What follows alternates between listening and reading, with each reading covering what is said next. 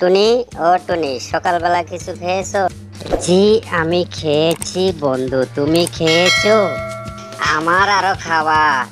Formalin যুক্ত খাবার খেয়ে অ্যাসিডিটির সমস্যা হয়েছে।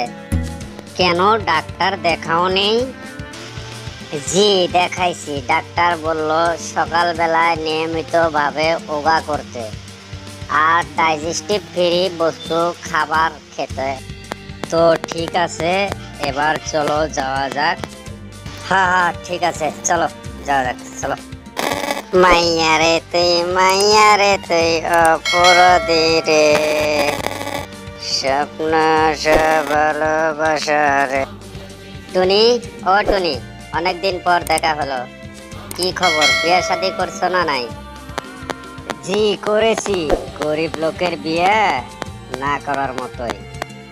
কি বললা, তুমি বিয়ে করেছো অথচ আমাকে বিশ্বাস করো বন্ধু, বিয়েটা আমার ইচ্ছে হয় নাই। কে আমি একটা অসুবিধায় ঝামেলায় আছিলাম, তাই তোমাকে বলতে পারি নাই।